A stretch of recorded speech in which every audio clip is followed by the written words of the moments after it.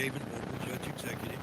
Happy to have you here today for our meeting. This is the 21st day of September already. Happy to have all of you here. If you're able, please stand for the Pledge of Allegiance.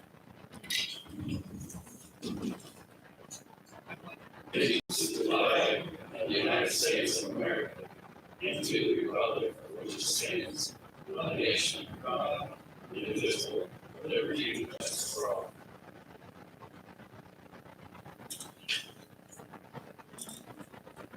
I assume quite a few people have a cell phone with them today. Please turn it to off or vibrate.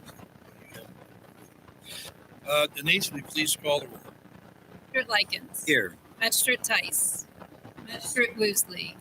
Magistrate Greenwell. Here. Magistrate Hounds. Magistrate Hawkins. Magistrate Dye. Here. Magistrate Logston. Judge Vogel. Here. Having all members of the Fiscal Court present, this meeting is now in session. Motion to accept the agenda. Second. Any additions? Magistrate Logston. Add, please.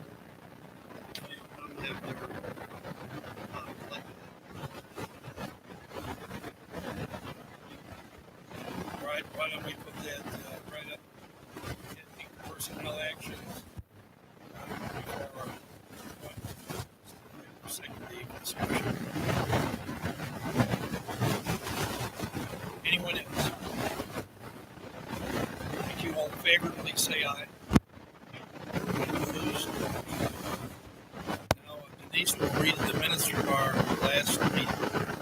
The Oldham County Fiscal Court convened a regular meeting at 2 p.m. with Judge Executive David Vogel, County Attorney John Carter.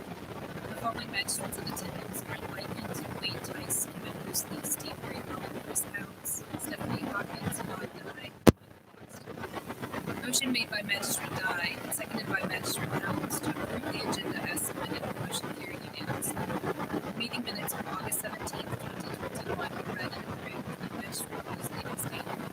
Oldham County Health Department Director Matt Rhodes provided an update on COVID-19. Solid waste recycling and grants coordinator Rebecca Soderline announced the household hazardous waste collection event is scheduled for Saturday, October 2nd, from 8 a.m. to 3 p.m. at the Oldham County Fairgrounds. The following spoke in regard to the growth obligation of the Artisan Park neighborhood in Village Craig Mile, attorney for the city of LaGrange. Ward Resnick, the first director for the city of LaGrange, Preston Gibson, vice president of the Artisan Park Neighborhoods Association. Oldham County Library Director Jessica Powell and Library Board Treasurer David Hutchins presented information related to the library's fiscal year 21-22 budget. The ad valorem tax rate, which will only be kept at the same rate except for personal property, which we increased. Ballardsville Fire Chief Stephen Fanta presenting information related to the Ballardsville Fire Protection District fiscal year 21-22 budget. The ad valorem tax rate, which will only kept at the same rate. Bridge Fire Chief Jim Sitzler and Jaylee Tice, attorney for the Bridge Fire Protection District, presenting information related to the Bridge Fire Protection District fiscal year 21-22 budget. The ad valorem tax rate, which will only kept at the same rate. Following sealed bids were opened and read aloud for the road department and facility paving and resurfacing project. Paving,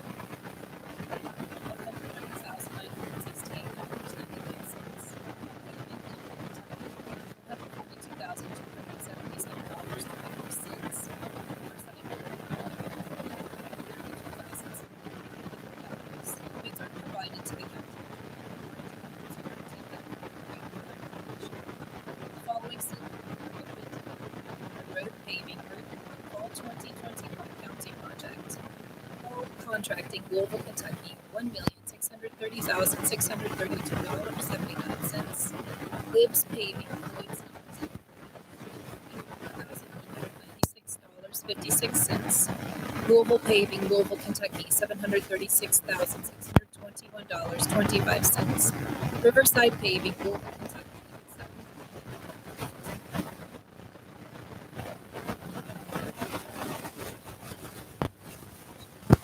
Following sealed bids were opened and read aloud for the road paving route 2 fall 2021 range project.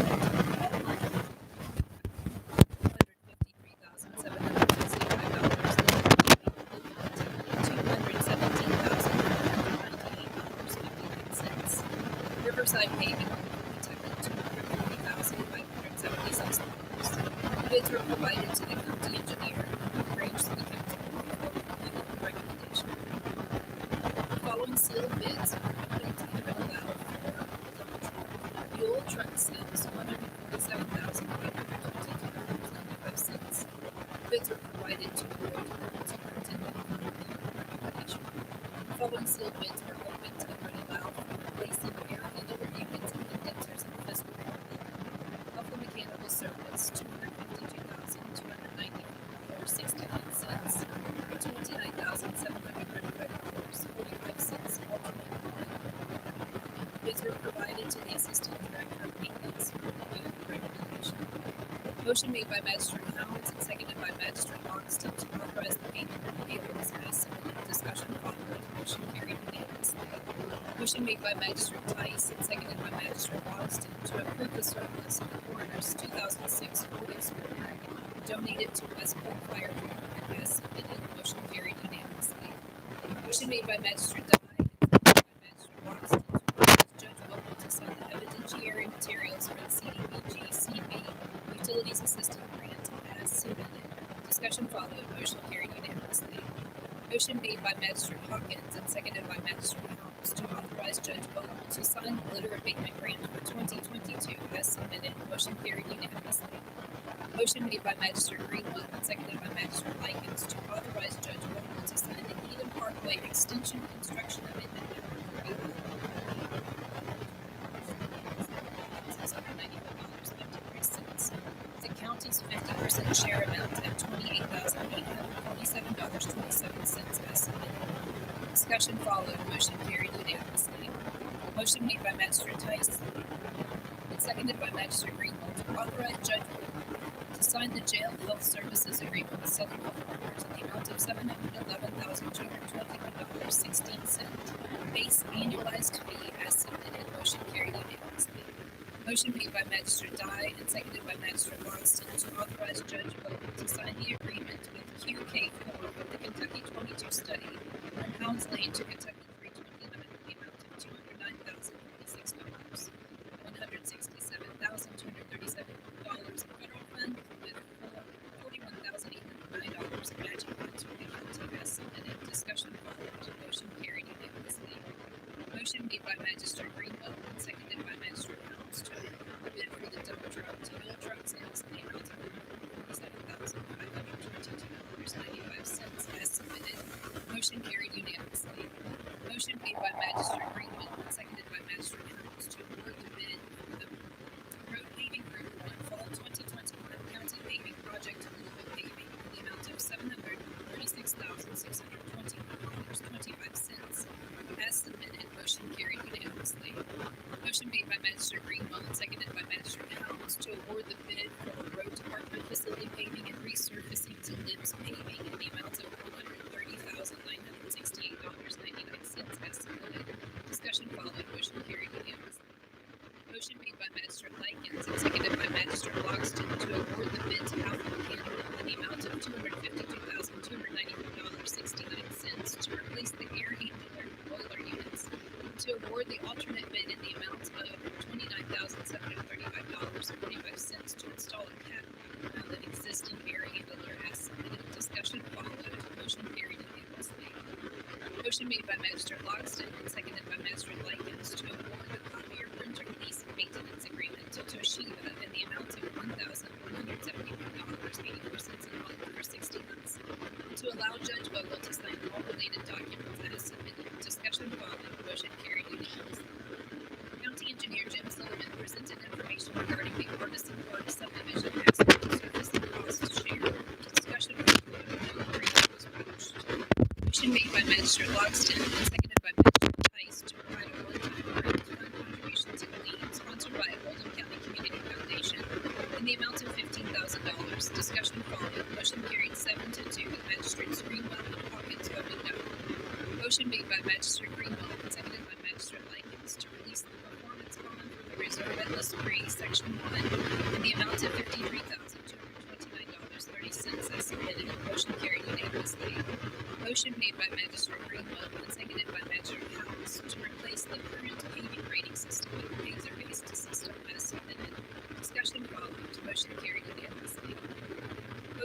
Magistrate Howells and seconded by Magistrate Dye to hire Seth Goodland as a 5-year lateral officer at $25.06 an hour, effective 10/4/21 as submitted. Motion carried unanimously. Motion made by Magistrate Dye and seconded by Magistrate Logston to renew the contract for Andrew Hamilton as submitted. Motion carried unanimously. Motion made by Magistrate Likens and seconded by Magistrate Mosley to reappoint Thomas Springer to the Oldham County Stormwater District Board for a term to expire 9/1/2025 as submitted. Motion carried unanimously. Motion made by Magistrate Likens and seconded by Magistrate Howells to reappoint Laura Bond to the Oldham County Planning Commission for a term to expire 9/17/2025 as submitted.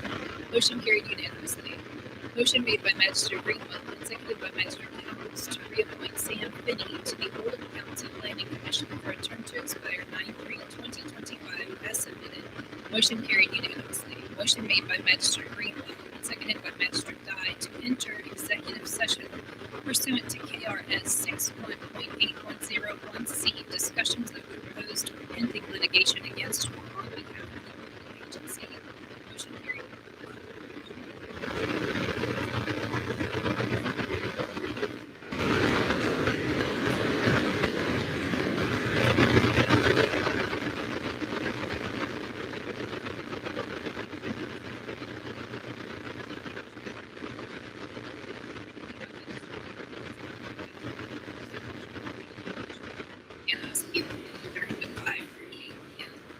You have heard the reading of our minutes from September 7th. Are there any corrections? Hearing none, all in favor, please say aye. Anyone opposed? Motion carries. Thank you. We'll move on with our agenda now, and we're going to get our COVID update now from Matt Rhodes, Oldham County Health Director. Appreciate that some people here today are wearing masks, others are not. We encourage everyone to be as safe as they possibly can. I wore a mask at the last fiscal court meeting, but it kind of did interfere with conducting the meeting, so we're going it right now. But we do have our protection up among the magistrates, and there is a glass between the speaker and my position here, so I appreciate that. So, Matt, welcome. Thank you, sir. Good afternoon, ladies and gentlemen. I have what I hope is some encouraging news to share with you all today, and also want to make sure that we still heed caution, because we are still in a very serious state as it relates to this latest COVID resurgence with the Delta variant. I thought I'd first just share some slides from the state update and then get more to a local discussion. This is Kentucky versus the United States versus the world. You can see the case fatality rate is 1.3 in Kentucky, which is surprising compared to other states in the United States because of our health index ratings going into this. I think the public health system has done a decent job of protecting individuals' lives as it relates to the mortality or case fatality rate associated with this particular pandemic.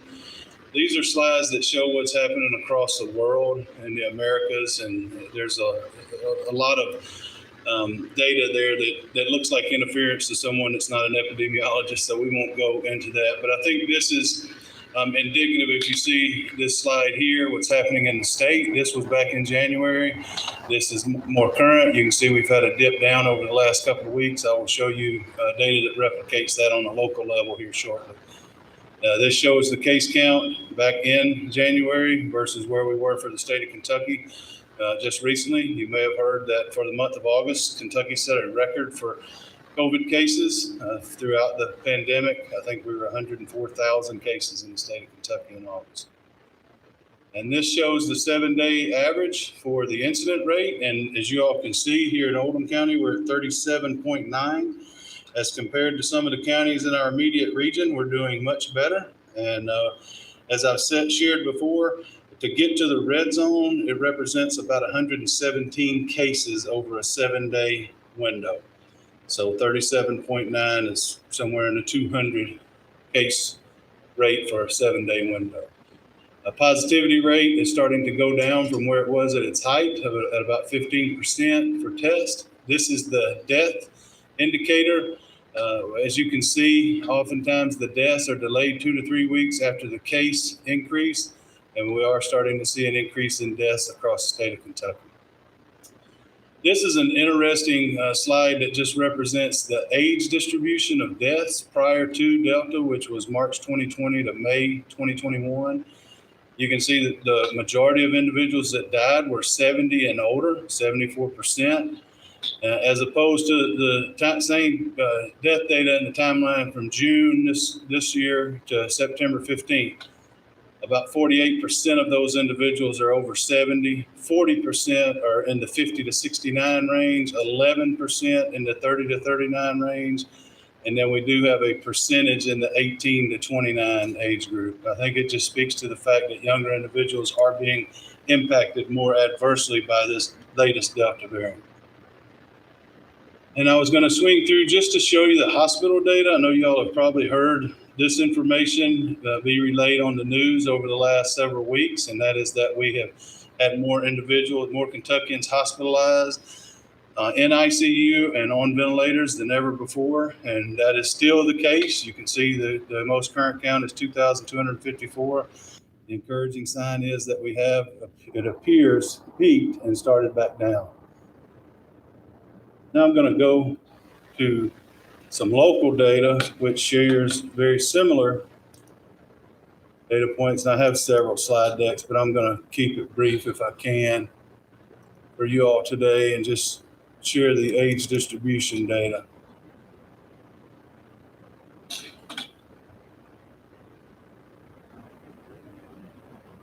So as you can see, we started measuring because we wanted to speak to more real-time data. We started measuring back in June, and in the first 4 weeks there, you can see we only had like 26 cases for the entire month of June. You can see how we have grown exponentially week over week, and thankfully over the last 2 weeks, you can see that same decline in case counts, which is a very positive trend for us locally. But again, I want to caution everybody, because when we reached this point here of 116 cases in week 31, we were in what we consider the red zone, which is the high incident rate, meaning we're at high risk for community transmission. So you can see from week 31, over the last 4 or 5 weeks, we've increased, but we're still above that incident rate this week. So there's still danger out there. I want to, provide encouraging news, but also caution people. It's sort of like you can out eat your exercise when you go on a diet. Your behavior can out impose the risk reduction that you've had by socially distancing and getting vaccinated. And I'll share some details with you as to why I say that. You can see in the descriptive statistics, the individuals 18 and over, we've had 1,218. For those 12 to 17, there have been 264 cases over that same 16-week period. And for those 11 and under, there have been 269. So total, that's 533 pediatric cases. Divided by your denominator of 1,751, about a third, or 30.4% of our cases are in the pediatric cases. Over that same time period, we've had 24 hospitalizations. 23 of those have been adults, and we've had 1 peds case. Of those 24 hospitalizations, 22 of them were unvaccinated. 21 were adults that had chosen not to be vaccinated. 1 was a pediatric case that was not eligible for vaccine, and 2 cases were vaccinated. We've had 8 deaths over the last 16 weeks in our community. 7 of those individuals were unvaccinated, and 1 was fully vaccinated. The individual that was fully vaccinated was on hospice care and in stage of dying already. So wanted to share that information. It's very reflective of the state data with regards to cases. About right around 90% of the cases are unvaccinated. And as that carries over to hospitalizations, it's about 92% of the hospitalizations in the state of Kentucky are for unvaccinated. So the vaccines work. I know there's a lot of rhetoric out there that say vaccines aren't working, but the data indicates very clearly that they are effective in preventing severe disease and or death. That being said, we have seen 365 cases in our fully vaccinated individuals, of those individuals over the last 16 weeks, which represents about 21%. And I think a lot of individuals that have been vaccinated thought that they had this veil of immunity and they could go out and do whatever they wanted to, not wear a mask and socializing and those things. And I think this is indicative of that some of our behaviors have been more risky than the risk reduction that we've got through getting vaccinated. So just want to urge caution to everyone that we still need to practice caution. We need individuals that have not been vaccinated. We want to encourage them to get vaccinated. At a minimum, try to wear masks in indoor social settings, especially with individuals outside of your immediate household, and especially if you're medically vulnerable. Try to not socialize with individuals that could pose a risk to you. So with that, I'll stop and take questions. Any members of the court have a question here for Matt? I know we have Matt Hawkins. Hi, Matt. Thank you for being here. Something that I get asked quite a bit, and I don't know how to answer this, so maybe the counties have a little bit of a better answer than I do. What are we doing as far as people coming over the border? You may not be able to answer this, but are they being tested and vaccinated? And how is that influencing the numbers in our country? I have more questions too. Do you want me to just start shooting? You're speaking to the individuals coming over the southern border? Right. Yeah, that's not something that I can speak to. Okay. I didn't know how to answer those questions.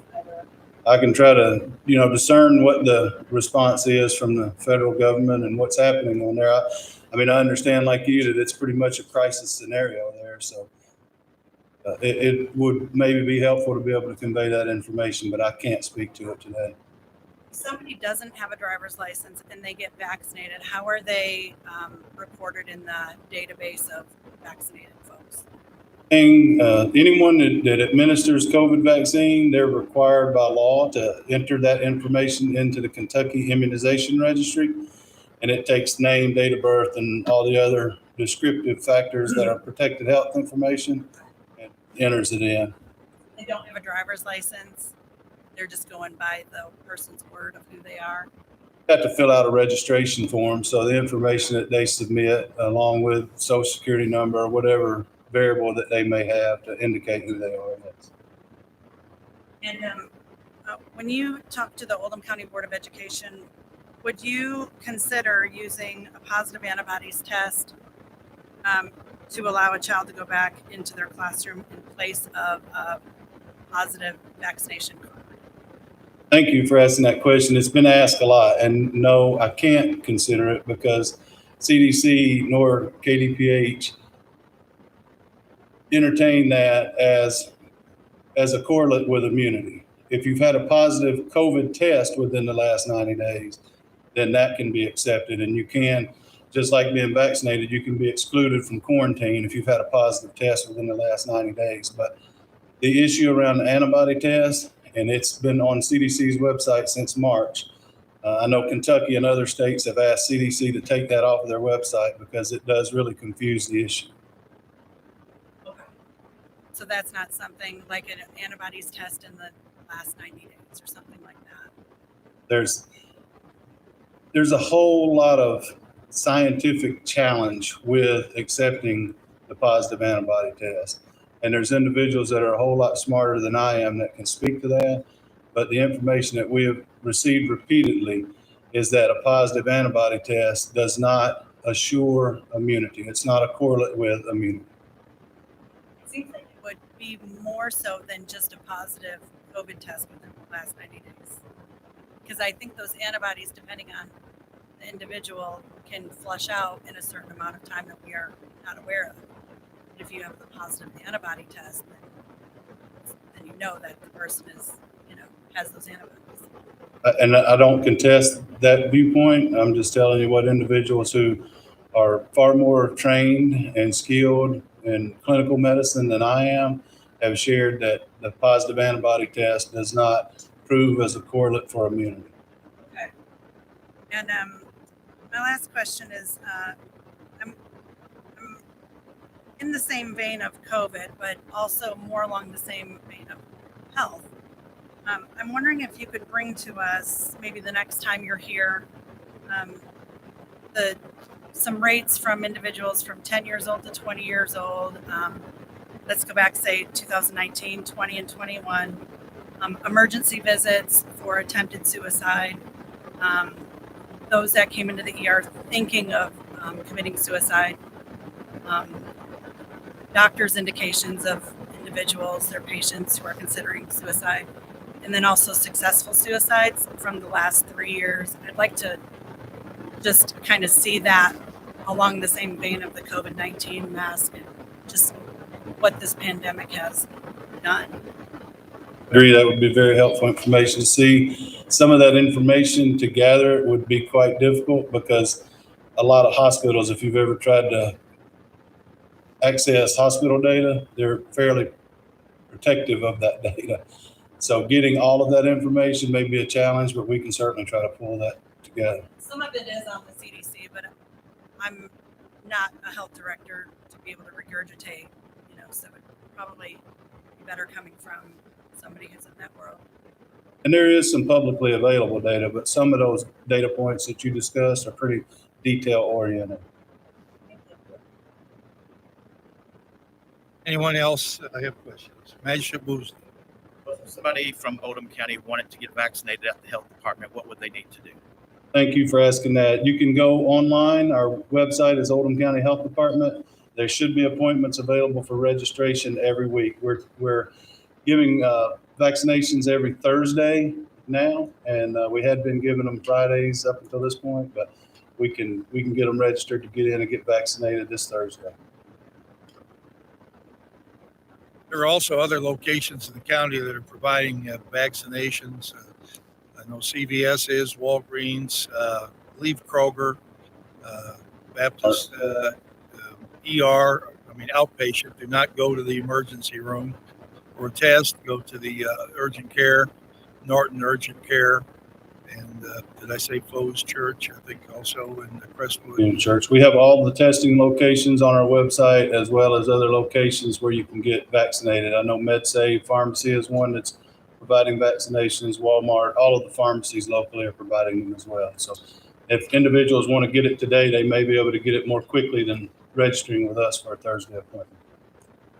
I believe there is not a charge. Is that correct? No charge. Is that some tests are you get the information in 24 hours. Others you can get it in 20 minutes. Are they both free? There are some rapid tests now. I want to be certain to say there's no charge for a vaccination. If you go to a location to get tested, you need to ask if there's a cost associated with that. The two sites that we have set up with Pearl Medical, they do on Wednesday and Thursday afternoon at First Baptist Church here in LaGrange, and then Monday through Friday at Foes Community between 10:30 and 3. Those are no charge to the individual. Thank you, Matt. Appreciate you being here today, and we appreciate the work that you and all the members of your staff are doing to keep the community safe. The next item on our agenda is public comment. I think we have several people who like to address the court, so we'll take them one at a time. This is Julie Barr, County Clerk. Good afternoon, Judge, Magistrates. I wanted to come before the court today to clarify some concerns about the new voting system that we were so fortunate to purchase with a grant that covered 100% of the cost. The grant has ties to Mark Zuckerberg, and the concern is, 1, he is an advocate of mail-in voting, 2, he is a liberal, and 3, he promotes liberal causes through Facebook and Instagram. My response to that is, I don't care.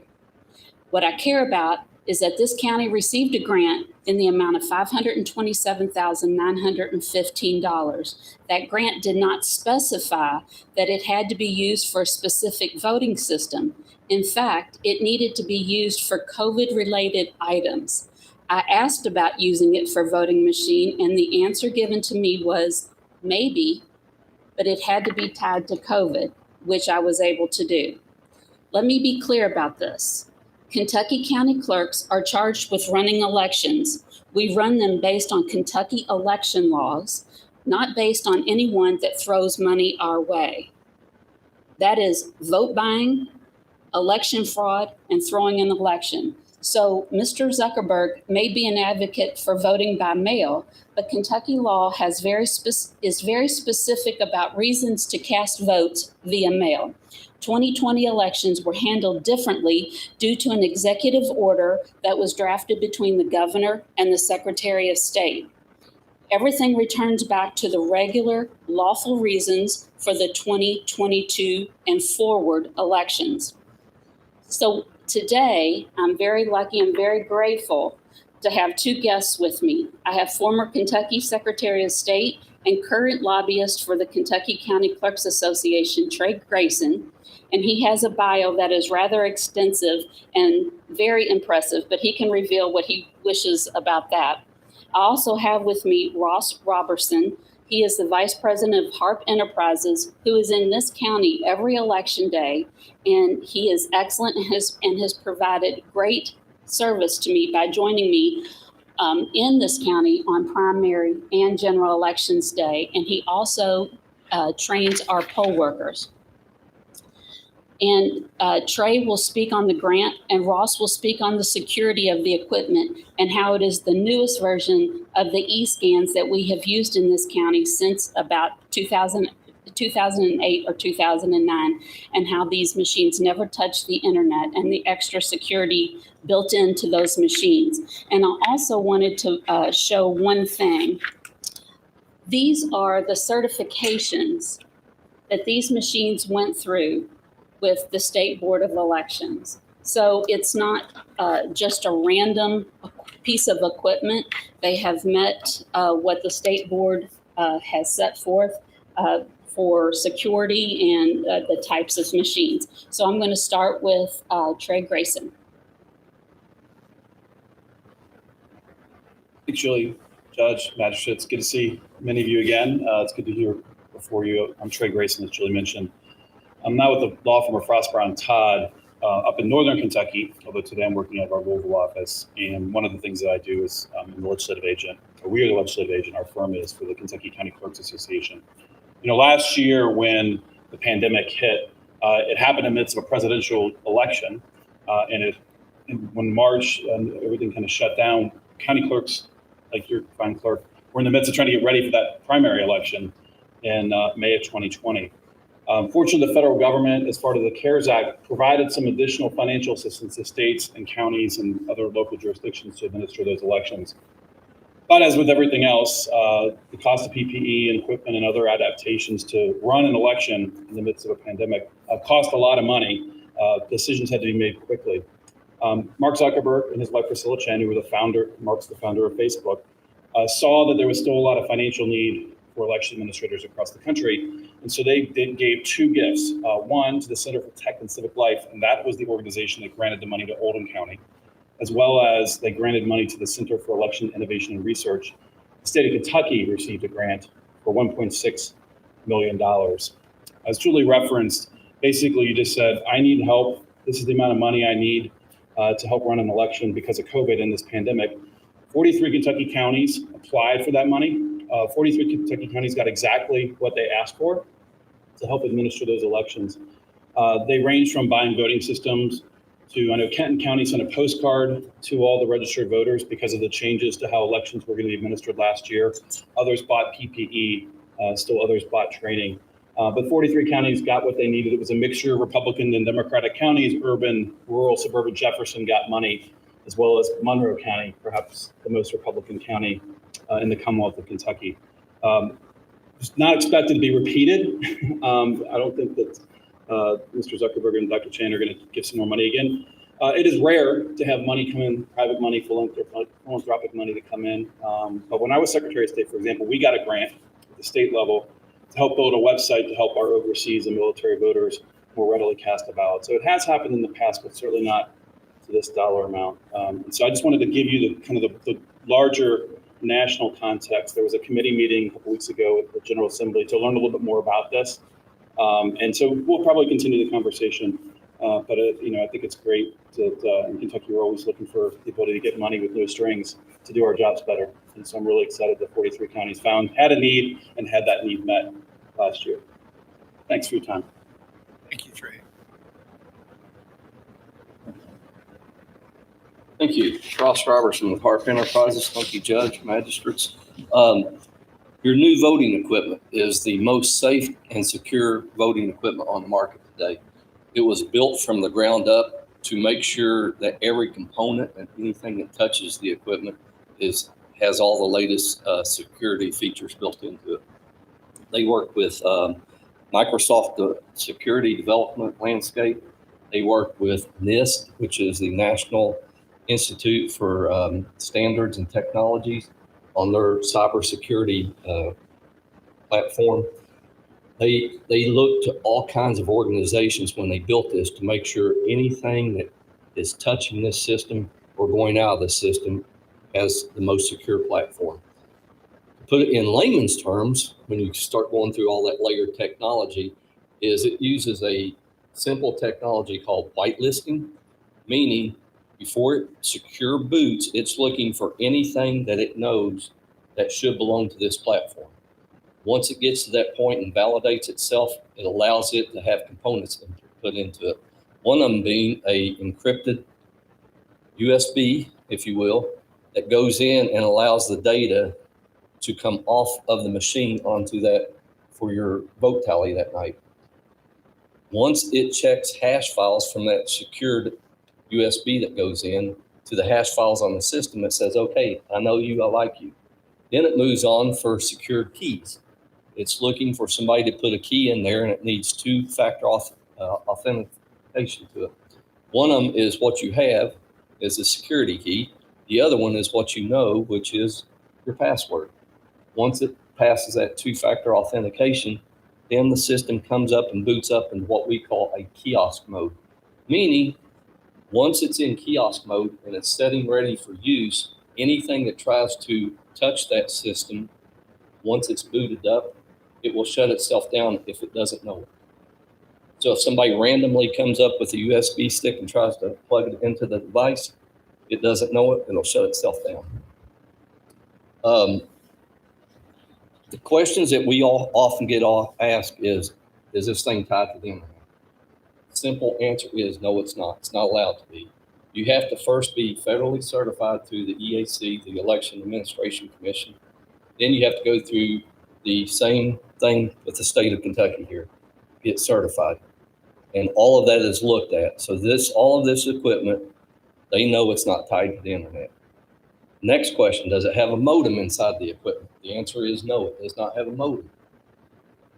You're not allowed to have modems in there. You can't remote access any of this equipment, which keeps it secure.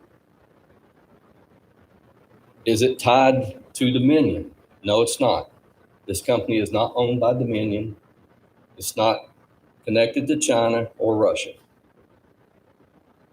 So just in a brief point here is you do have one of the safest voting systems out on the market today. Are there any questions? The system was sold to us by Hart. Is that the name System of the system as well? a reseller of Hart InterCivic. Hart InterCivic is based in Austin, Texas. Everything is manufactured right in Austin, Texas, a mile down the road from their corporate headquarters. So we just resell it. Yes, sir. Whenever we have an election, there's a Hart representative here during election day. You're going to be the new one, I guess. I've been here for 5 years. Okay. But does every county that uses Hart equipment have a representative there at the county that day? Choose to. Okay. Not all. Some of them have their own, what they call their own tech people that do that. Glad to have you. Yes, sir. You said that if someone who had a USB thumb drive, were to come up to it and stick that in, it shuts the machine down? The machine will shut itself down. How long does it stay shut down? Could someone feasibly go into each precinct and do that? Well, to shut all the machines down? So let's back up a second.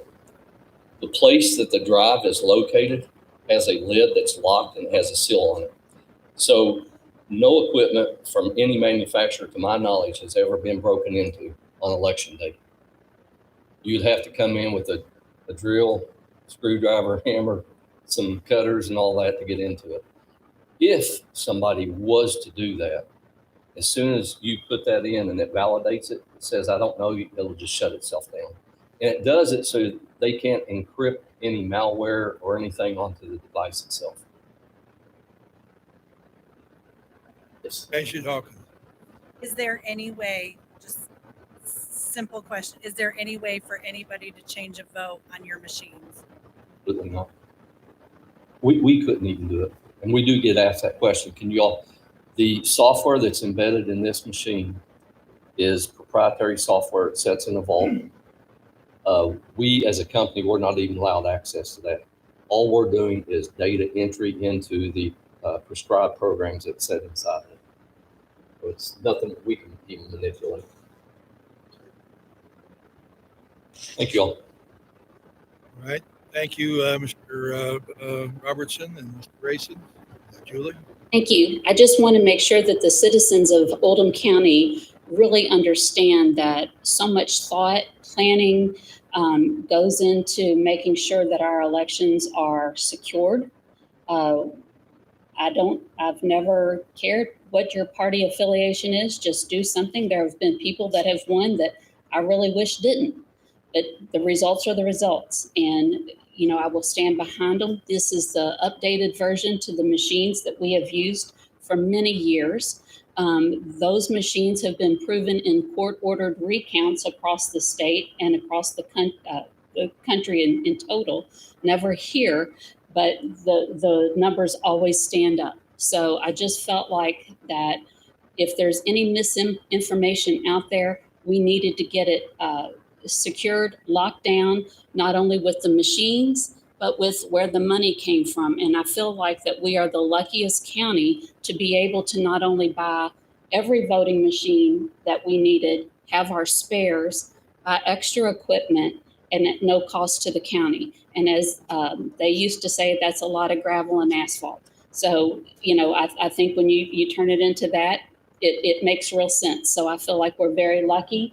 And, you know, I was being facetious with, I just don't care where the money comes from. And really, I don't, because we were not even told how to use it. Voting machines were not even mentioned. It was about COVID-related items. And I think maybe I was the first clerk to get the voting machines. And then the other clerks are like, I think we might want to look at that too, because it made it easier on the county. And these are great machines.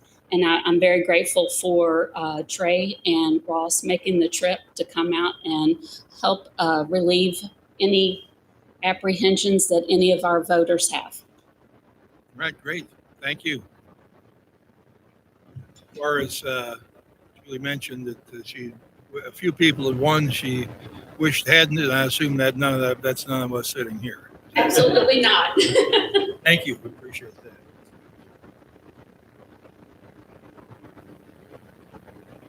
Good afternoon, members of the Fiscal Court and Judge Vogel. I'm here today to remind everyone again that October 2nd is our Household Hazardous Waste Collection event. It will be at Oldham County Fairgrounds from 9 to 3. And we're hopeful for another record-breaking crowd that we had last year. We're asking folks to bring all of their household chemicals, such as, my video. Anyway, household chemicals such as pesticides, fertilizers, oil-based paints, spray paints, pool chemicals that are lying around the house or the garage, whatever, but now's the time to bring those. And we only ask that you not bring latex paint and motor oil. And I've got to get back on the screen.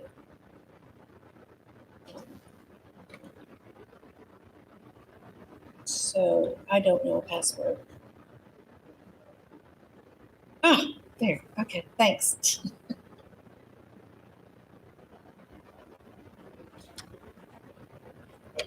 Propane tanks are acceptable too.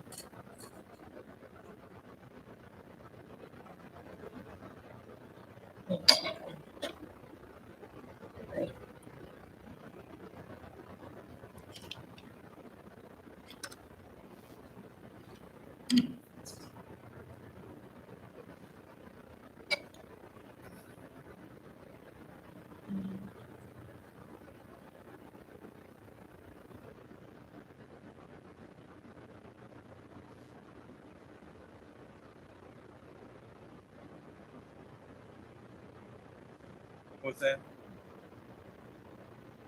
Music though. That's okay.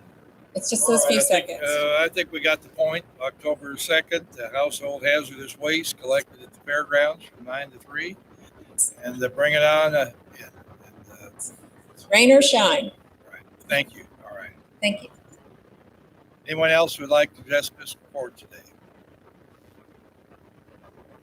Hello, everyone. Ask everybody to state their name and address. Lindsay Tishner. I live Miller Glen Place in Smithfield. So I'm here to talk to you guys about the school issue with the masks. And I know you all don't necessarily have control over this, but I hope you all will push our Oldham County Health Department to really think through some of the decisions they're making. I think today it's pretty indicative of what we should be doing in our school system. And not to state the obvious or be offensive, but most of us in this room are in the higher risk category, and we have an option to wear a mask or not. Our children right now are at a 0% chance of dying from this virus. That's county stats, state stats, national stats, 0% chance of dying from this virus. And yet they have to be masked for 7 hours a day. 7 hours a day. They're in more danger of the bacteria they're inhaling from wearing a dirty mask for 7 hours a day. And it's unnecessary. I looked at the stats. I wish I had those in front of me to reference that he went through them so fast. And I can't help but look at that and see the stats up there don't seem to match what we're doing for our kids. They're not at risk from dying. They had one hospitalization. Is that where we're at? One pediatric hospitalization in Kentucky under the age of 18. One. Okay, kids get sick. We're going to get sick. They always have gotten sick. We don't need to put them in a position where they can't breathe. That study that came out from the University of Louisville found in May, I don't know if you guys were able to read that, there's no difference in spread for universal masking. That was a pretty extensive study, one of the first ones that was done in the nation. And they said there's no difference in spread if we universally mask. Why are we allowed to come to this building, all of us in a higher risk category, and have an option to be masked, but our children who are in a very, very low risk have to be masked? It's affecting their education. Think about a student that has dyslexia and they have to learn just not even a learning disability. Think about a student learning how to read and learning phonics, and they can't read lips. That's detrimental. Think about our Hispanic population, our population of bilingual students. I learned Spanish as an adult. We lived out of the country for 4 years. If I was not able to see their mouth moving, I would have been absolutely lost. And I sat in our August 9th board working meeting, and I watched I think her name is Leslie McKinney. She did a phenomenal job of showing the breakdown of learning loss in our schools. In this particular meeting, she was talking about reading learning loss. And when she got to the Hispanic population, their learning loss from the beginning of this pandemic to now is incredible. And you think about learning a new language and not being able to see someone's mouth moving.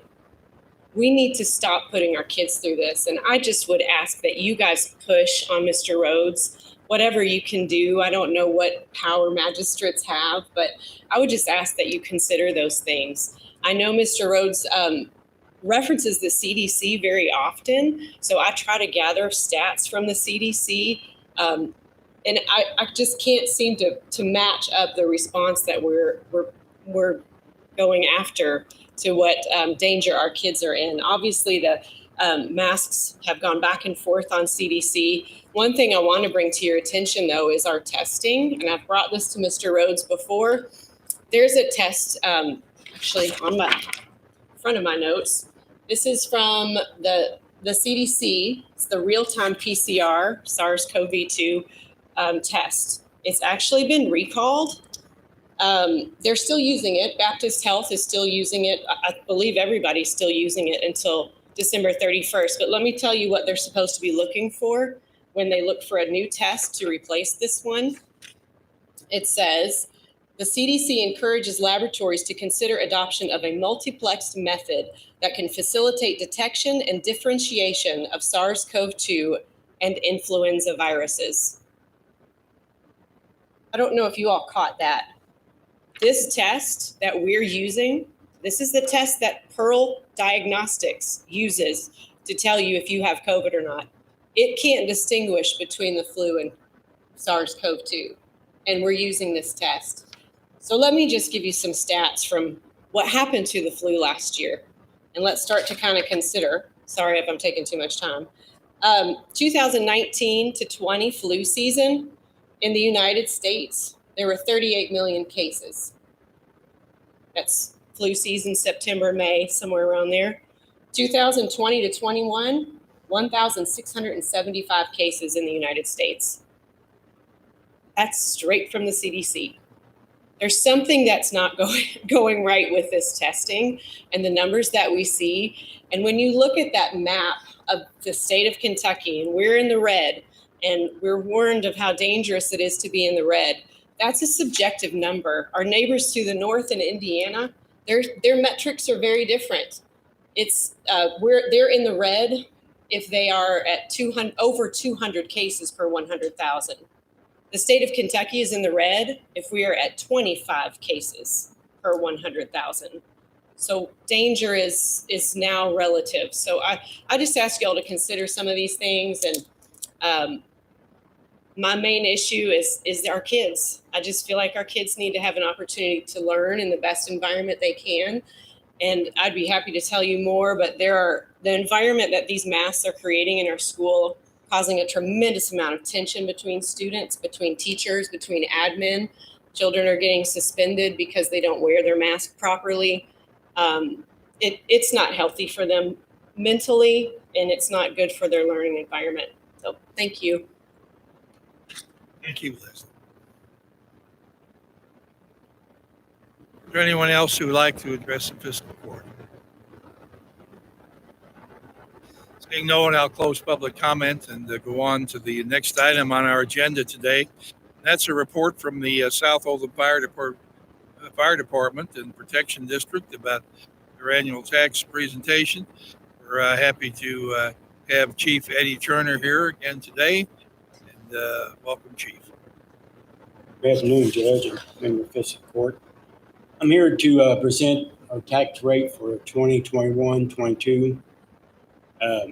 It's the same as last year, 0.092%, which we estimate to bring in over $2 million, $2,030,000.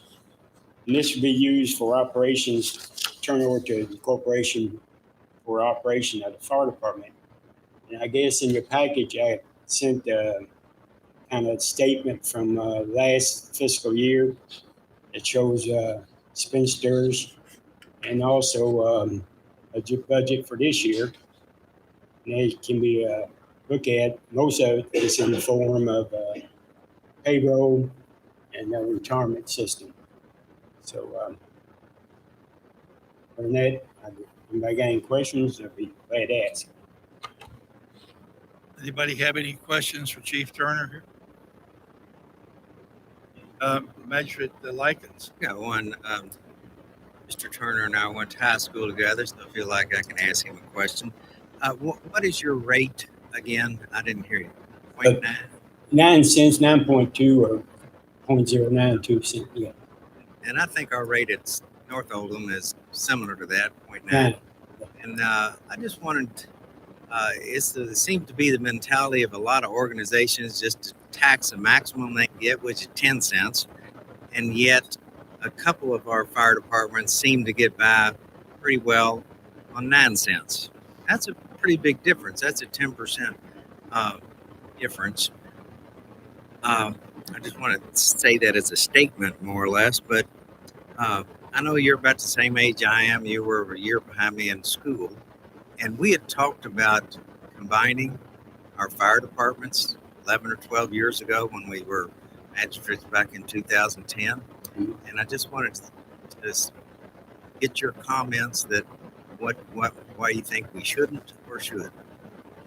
on your tax rate, you got to look at also, we're 9, North Oldham's 9, and Pee Wee's 10, Lock Range 10. Also, it depends on your revenue, your billings, and things like that. And we're just a little bit more, got more houses than some of the other ones. And on the merger, I really don't think, unless you throw the EMS in there, I don't even think there's enough money to merge everybody and put personnel in every station. I just don't think it's there yet. Thank you. Chief, are you able to stay staffed sufficiently in your estimation? We're good on our staff, and volunteers are starting to doing on them, but we're still doing pretty good. We rely so much on mutual aid for everybody in the county does, and that's how we're coping pretty good. Do you have any new equipment coming up or anything? Everything new equipment, we bought some new battery powered rescue tools, and we got air packs come in with the rest of the county on a federal grant. And that's about the only thing going on. I do have one thing I want to invite you all to is that, are y'all familiar with the Safe Haven Baby Box program? Well, South Oldham got one and installed it. And this Friday at 10:30, we're going to have blessing and dedication for it. So you're more welcome, invited to come down and check her out and see how it works. So that's all I have. Measured Hounds. Chief, I was going to make a comment about that. That's the first one in the county. It's a big accomplishment that you guys have undertaken. I believe all the money was raised, except for a very small portion that the donated, and that's huge. This is a national program, and I believe there's less than a dozen in Kentucky. Indiana has a larger population. Indiana is, because that's where it mostly started from. It's a huge accomplishment that we have something like that in Oldham County at your station. Congratulations to your folks. Measured Hawkins. Expand on the baby box. I didn't. I know what it is, but just for anybody that might not. It's a baby box. It's like a big safe kind of like deal, and they come in with it and they put a hole in your wall, and they mount this in there, and then it's got alarms on it, and then where it's mounted in the wall on the backside in the station, there's a door on the front. So anybody who wants to give their baby up, they come to the front of it, open up the door, put the baby in there and shut it, and that locks it at that point. And then some alarms go off. We got policies in place with the Oldham County Dispatch. It goes there, and if we get an alarm, somebody puts in. Policy is send the police, ambulance, because you have to have the baby out so many minutes and take them to the hospital. So that's where EMS going to come in. So hoping they'll have to use it, but it's everything. There's no consequence or repercussion to. No, a lot of buildings have cameras. We don't have cameras anyway, but you can't tape them or ask questions or anything. They just come out and do it. So. This is if a parent wants to voluntarily Yeah. give up rental rights to their baby. Okay. You can give up parental rights. Well, I mean, terrible thing to put in the box and walk away. But Or then a trash can. Right, better than something harmful or anything like that. But there's no one knows who this is. It just suddenly becomes they know, and then it goes to an adoption agency, or what happens from that point. Yeah, once you get to the hospital, they got they have to call the Department of Child Services and they pick it up from there. So just, There are foster families on standby for this situation. Never happened here yet. no, not yet. We reached that. Fantastic that we have it here. Measure Woos. You have some type of duplicate system in case that alarm fails, if there's actually somebody put inside. The alarm is actually three. It's the door on the door, the alarm, and then it rings in the firehouse. Calls our alarm company. They would monitor the station, and then they get it, and they'll call me on the phone, and they'll call dispatch. That was pretty well organized. Measure Greenwell. Thank you, Judge. I just want to thank Chief Turner. He and I were in the same graduating class at Oldham County, and we had our reunion a week and a half ago, and it was on September the 11th. And so Chief Turner was able to put together 4 fire departments to come to our reunion, and we had a little program of appreciation for them. And none of that would have been possible without his help. That's great. Thank you for that.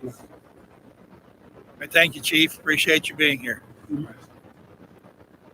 We'll move along. The next item on the agenda are the bills. And when you're ready, we'll pay the bills. Make a motion, we pay the bills.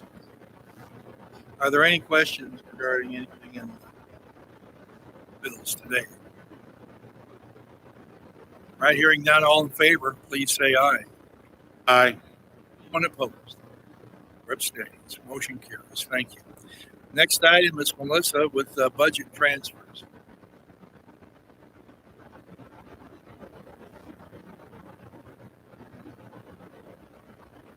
Okay, at the end of August, I'm asking for budget transfers totaling $28,282. There's just a couple items that necessitate this.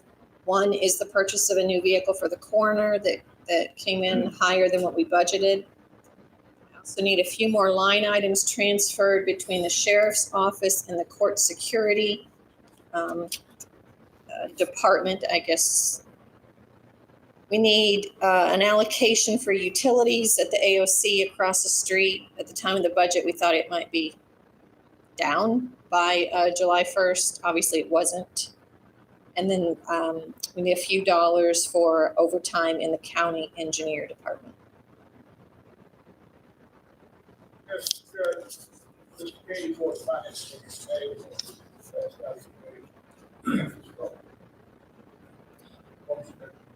Here.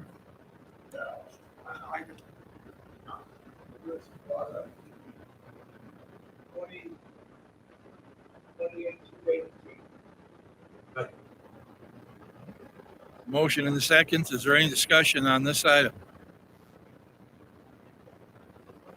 Hearing none, all in favor, please say aye. Aye. Aye. Anyone opposed? Yes, thank you.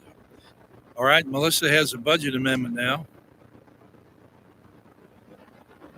This is the first reading of ordinance KOC 21-220-273, which is an ordinance relating to the annual budget and amendment thereof. Whereas the County of Oldham has realized unbudgeted revenues from the American Rescue Plan Act and from reserves, be it ordained by the Fiscal Court of Oldham County, Commonwealth of Kentucky,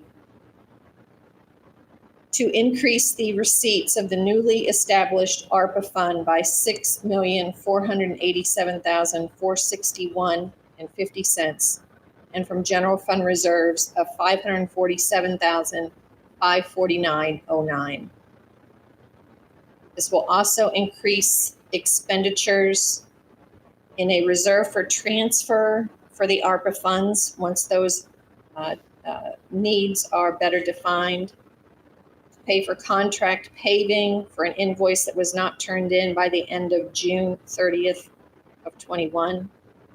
There's an increase of the PBA contribution that we need to do of $75,000. We need a transfer, an amendment for the housing safety consultant line, which is where we record the demo of the Jacob Drive house, and also additional land improvements to the Oldham Reserve. All right, so we have a budget amendment here. This is our first reading. There's no action taken today. The second reading will be in a month. The second meeting in In October. October, yes, sir. Thank you. Under committee reports and recommendations, we have the road committee recommendation to release a performance bond. County engineer Jim Sullivan. Good afternoon, Fiscal Court. Earlier in this calendar year, I'll say the Goshen Hills Phase 1 drainage improvement projects that the county undertook was completed in accordance with our construction plans. And seeing as that project is complete, I'm recommending that we release the performance and payment bonds, both in the amount of $374,596.12 that are in the name of Flynn Brothers Contracting. Manager Greenwell. This was brought before the road committee at our last meeting 2 weeks ago and passed out of committee unanimously. And if you want a motion, I'll make it that we release this in the amount of $374,596.12. Hey, we have a motion in the second here. Any discussion about it? Hearing none, all in favor, please say aye. Opposed? Motion carries. Thank you. Thank you. Now we'll go on to, we had an addition to the agenda here from Magistrate Logston earlier, and that has to do with sick leave adjustment.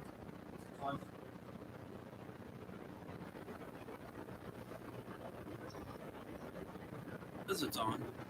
Anyway, I apologize for bringing this in front of you all today without having it earlier in the weekend, but we've got some incidences that are happening that we really need to bring this forward. In front of you all, y'all have a resolution.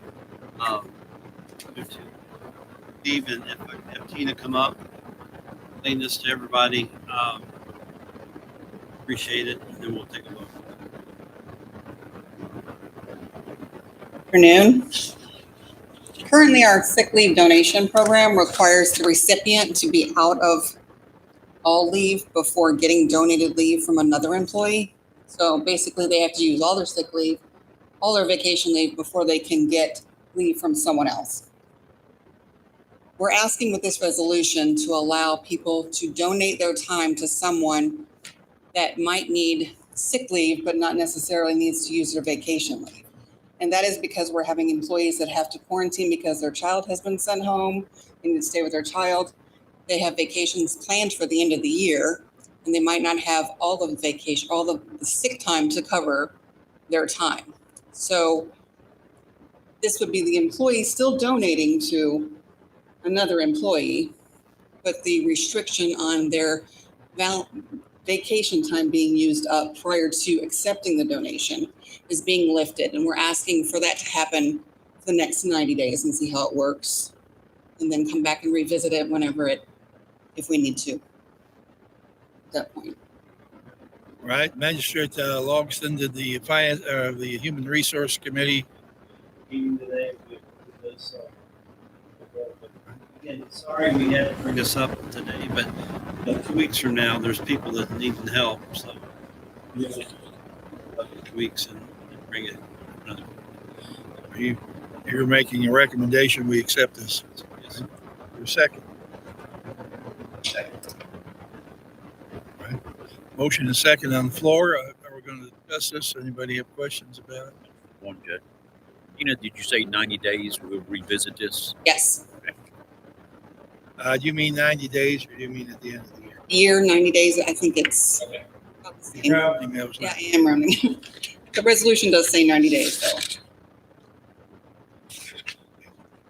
But, right, we have a few people who are stuck in this circumstance right now. And it's just not any fault of theirs or any fault of anyone, just dealing with this COVID thing. Any other questions here? All right, all in favor, please say aye. Is there anyone opposed? Motion carries. Thank you. Now we're down to some personnel items here under E. We have a couple of people we'd like to hire. Tisha, you want to review them? Or we have two new hires at dispatch. The first one would be Larry DJ Herod. He's a telecommunicator 2 at $22.07 per hour, effective on the 3rd of October. And the second one is a new hire, a telecommunicator 1, Ripley York, at $17.69 an hour, also effective on the 3rd of October. Motion that we hire those two individuals. All right. Moved and seconded. Any discussion on that? Just for clarification, the telecommunicator 2 is a certified individual, and the telecommunicator 1 will have to send through school, correct? Okay. And that'll bring us to 12 dispatchers. Both positions filled and not certified because she'll have to be certified. Magistrate Dye. All right, yeah, actually, I just thought it was humorous that Larry's not a DJ. Since he's on the radio all the time, there must be some correlation. That might be. I don't think anybody really followed up on that. Just accepted those as his nickname. It's a good point. Not bad. Any other questions or comments about these hires? Hearing none, all in favor, please say aye. Aye. Anyone opposed? Motion carries. Now I have some board appointments here. The first board appointment I'd like to make is Amanda Ross to the Oldham County Library Board for a term to expire October 3rd, 2025. From Crestwood. Motion here. Make that recommendation. Any discussion? All in favor, please say aye. Opposed? Motion carries. This is the Code Enforcement Board, Charles Turner.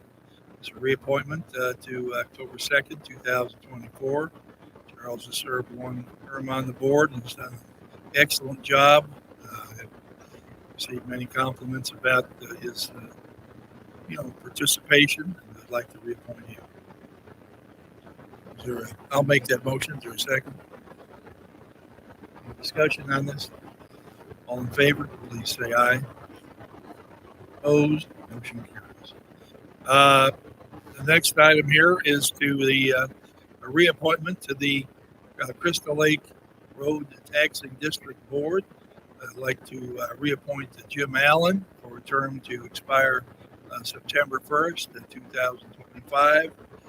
Jim's taken a strong interest in helping Crystal Lake be the best it can be. And, he's doing a great job. So I'd like to reappoint him. For a second. Second. Discussion. All in favor, please say aye. Anyone opposed? Motion carries. Now we also have to the Crystal Lake Road Taxing District Board two other people. This would be Mary Johanneman, for term to expire September 1st, 2025. And then also Micah Kane for the same period, September 1st, 2025. Both of these people have been good assistants to Jim there, so we'd like to have them continue. Make motion, Judge. Thank you. Moved and seconded. Any discussion? All in favor, please say aye. Carries. Thank you. Now we're down to our second public comment here. Is there anybody who would like to address the fiscal board?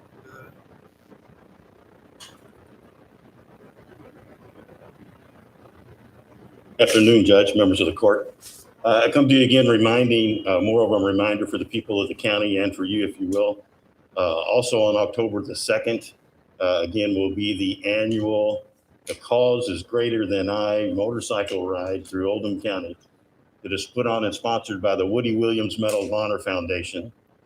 They will be coming up 42, going up around the Spree area, coming down 146 to make a stop at the Veterans Memorial Park there in Crestwood at the South Oldham campus for a brief respite, no ceremony, just eat water and or get water, I guess we should say. And of course, that's where the Gold Star Family Monument is, and that's why they selected to make that stop there. They start at captain's quarters and they end at captain's quarters. So I just wanted to get the reminder out that their motorcycles will be riding through Oldham County on Saturday, October the 2nd. Thank you. Appreciate that. Judge, may I ask a question? I'm sorry? Morning or afternoon. So they have lunch at captain's quarters and then begin the ride and then end up back at captain's quarters for a dinner.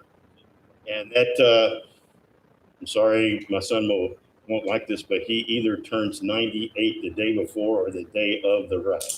And Woody is the sole surviving Medal of Honor recipient for World War II that we have in the country right now. From a Marine from World War II Iwo Jima. Good. I'm sorry, Matt. Yes, you have a question? The cause is greater than I. What is that indicative of? This statement that he's a Medal of Honor recipient, and Medal of Honor recipients do philanthropic things throughout the country and everything, but the cause for the Gold Star families is greater than he himself, and he's the Medal of Honor recipient. And that's why he named it that this cause to get these monuments up is greater than he himself. That's where it comes from. Thank you, Jerry. Thank you all. Yeah. I know Jim Allen would like to come up and thank us for reappointing him to a free. I do. Thank you very much. Job. I don't have to announce my name or address, I guess, after that. I just wanted to just publicly thank, I'm an electrical engineer by training. So I want to thank the engineering department and the planning and zoning department and even Denise for their help in helping us manage the road. It's extremely important and very valuable to us. Thank you. We appreciate what you're doing in Crystal Lake. Every neighborhood, every subdivision needs individuals who will step forward and take leadership, and we've certainly done that in Crystal Lake, and we appreciate it very much. All right, we're about ready to wind it up here. Our last meeting was kind of a marathon meeting. This one we're getting done a little sooner, which is fine with everyone, I'm sure. See if the magistrates have any parting comments here. Magistrate Likens? Yes, sir. Just had one since Jim Silliman is still here. Could he explain what PASER is again? Because I'm not familiar with that. And I know it's some sort of rating system for our road. And I just like to let everyone know in the whole county that our roads are paved, not politically motivated. They're paved in the order of need, and that's what this system is. And I've actually said that in front of other magistrates at some of our conventions, and they just kind of look at me like I'm they've seen a spaceman. But I tell them that our roads are paved completely unbiased, no political nature of who gets their road paved. So that the PASER system, PASER, like laser, but with the P, is a pavement evaluation. It's an acronym for this system that was developed by the University of Wisconsin. It's a 1 to 10 rating system. The county has always, or for a long time, had a rating system. Prior, it was a 0 to 100 scale. We've simplified it to better manage this as this 1 to 10 rating scale. And again, as Magistrate Likens stated, that this is in an effort with the goal of creating a strict system that is not politically or preferentially administered paving. It's based on condition and need. And when do you think we might have this completed? Well, so the road ratings are completed biannually. The last one was published 2020 at the last fiscal court meeting about 2 weeks ago. The new PASER system was accepted by you, the fiscal court. So in several months, when our road inspectors begin reevaluating for the 2022 publication of ratings, it'll come out through that process. Jim, it's really helpful to have one of those with you when your constituents complain that their road needs paving and it's not nearly as bad as some of the others in the county. So it lets us explain why their road is maybe not getting paved that year, but it also tells them where in line you should be, considering we take X amount of roads a year, 20 or so, and pave those. So you can pretty well ascertain and a road is going to be paved by its rating. You're welcome. All right, thank you. Manager Tice. Everything today. Thank you, Judge. Measure Woosnam. Sir, thank you. Measure Greenwell. Judge. Good Hounds. The trend, nothing, Judge. Measure Hawkins. Happy today, Judge. Thank you. Measure Dye. I'm glad he explained that because I just blame it on the judge when the road doesn't get paid. I know. Right. Yeah, right. Nothing. And Measure Hawkins. Yes, I just want to remind people that burn ban will be lifted October 1st. Glad that we got some much needed rain. It just seems weird that the county's been, some places get rain and some people don't. Cuba Valley's been dry for weeks, so I'm glad that we got some rain. Have some more coming tomorrow, but just want to remind everybody, I think I'll be in court. Yeah, burn ban's lifted next time. All right. I'd like to remind everyone here, plus anyone who happens to be listening, that these meetings can be seen on YouTube. We're live now. You have to go to YouTube, and if you search for Oldham County Government, you will find all of our meetings under Oldham County Government. And this meeting, Board of Adjustments, Planning Commission, all meetings are recorded and shown under Oldham County Government, and many of our meetings are live, as this one is right now. We have an abundance of wood chips in fiscal court in our road department. If anybody listening to the sound of my voice could use a large quantity of wood chips, they're free. You'll come to the road department or contact us. We're happy to have you there and load you up, and you can have as much of it as you want until it's gone. We have a lot of it from trees that were taken down, chipped up. We have some other types of wood there, so we're happy to give it away rather than paying somebody to take it. So please come and get it if you can use it. The other thing I'd like to mention is that I expect in the next several days, maybe next week, certainly, probably I'm told the courthouse will be coming down. So the demolition contractors have been sawing the building apart in several sections, and the 1995 section will be pulled away from the 1838 section, which will remain standing. But I'm told it's going to come down in the next week to 2 weeks. So we'll watch for that. But with that, that's all I know right now. Is there a motion to adjourn? Second. All in favor, please say aye. Aye.